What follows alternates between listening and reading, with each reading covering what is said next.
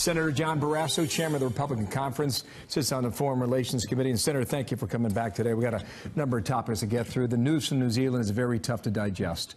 Middle of the night there overseas, 49 dead. We're told at least 3 have been arrested.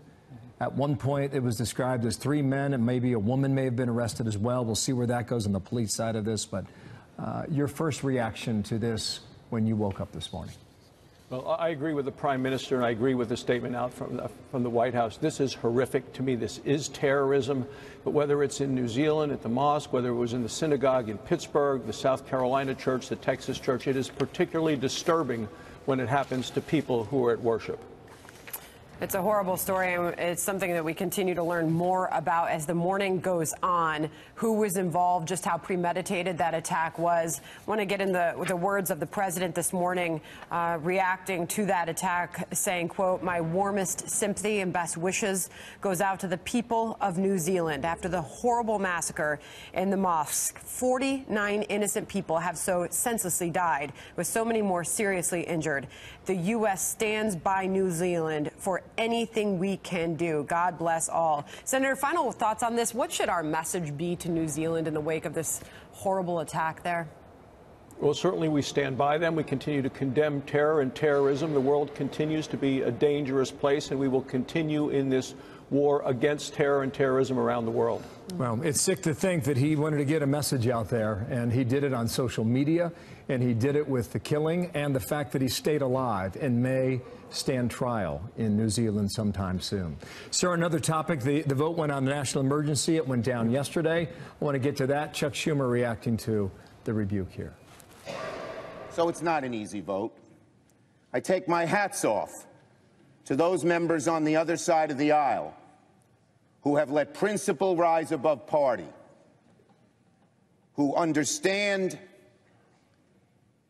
what the Constitution requires this afternoon and have agreed to vote against this emergency. So we expect a veto from the president. You voted with the White House, sir. Why is that important? I stand with the president. There is a national emergency at the border. I was with the president Wednesday afternoon in the White House.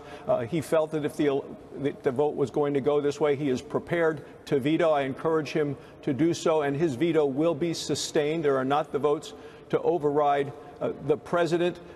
Listen to Chuck Schumer there. I mean, he is a border security denier. He's denying that there is an issue at the border, that we need more security, and he's denying the money that we need as a nation to secure our borders. Today, 130 Americans will die in this country as a result of opioid addiction and overdose. That, to me, is brought here by the Mexican cartels, and they are using our borders as a way to do it. This wasn't just obviously Democrats who voted against the president's emergency declaration, members of your own party, Senator Barrasso. What does it say about the Republicans who did not vote in line with the White House on this? Well, every one of those Republicans is committed, and we are all united on securing the border. They want the money to be there to do it. We need a secure border in terms of a barrier, in terms of the funding for manpower, in terms of the technology as well. They wanted to do it a different way through the appropriations process. I would have preferred to do it that way. But ever since Donald Trump was elected president, what we have seen are Democrats obstructing him every step along the way that they can do it, even to the expense of our own nation's security. And to me, border security is national security. We're waiting for the White House for word as to when that veto will happen, and we'll bring that to our viewers when it takes place. In the meantime, you got to vote on the Green New Deal. It's not binding, but it's going to happen apparently because Mitch McConnell wants it to. Here is Ocasio-Cortez, one of the leading proponents of this idea, just yesterday with our Fox team on the Hill. I look forward to us having a real vote and not just a procedural vote. I mean, there's so much work to do in transitioning to 100% renewable energy, and we have to do that work with union labor. We have to do that work with by reinvigorating our entire workforce. So you know what the debate is, sir. How's this vote going to go, and what will it tell us? Well, it'll tell us a lot about the Democratic Party as they stand up for this that they have promoted, and that so many of the Democrat candidates for president have supported, endorsed, and co-sponsored. Look, this so-called Green New Deal, it is unworkable, it's unaffordable, it will bankrupt families. The cost is about $65,000 per family per year. She just talked about union jobs. Well, the AFL-CIO, which represents 12.5 million union workers, has slammed this Green New Deal as being unaffordable, hurting workers, hurting our economy, and it doesn't work.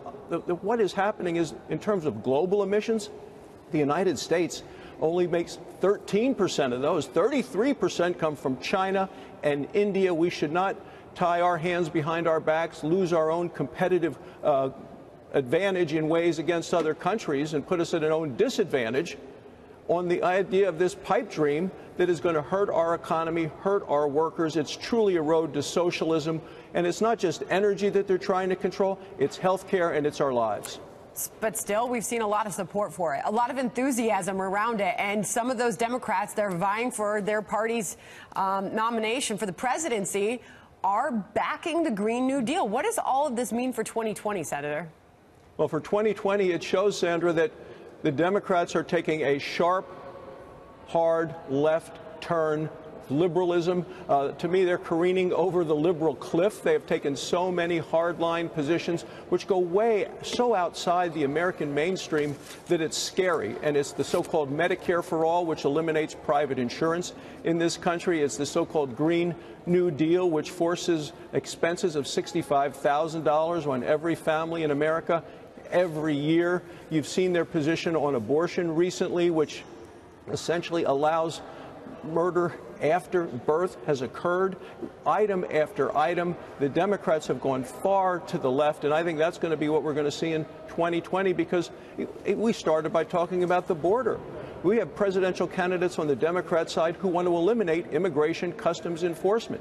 They want to eliminate some of the barriers that are already there. We need barriers at the border. The president has been strong on that. They want to take them down. They apparently like sanctuary cities. We have drugs cartels moving those drugs into the United States. It's a real problem. It's the shaping up of a campaign, and we'll see which side it comes down on. When is the vote? When will that happen, the procedural vote in the Senate?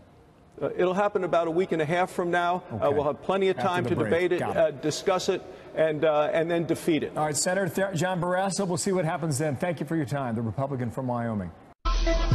We live in a really nightmare.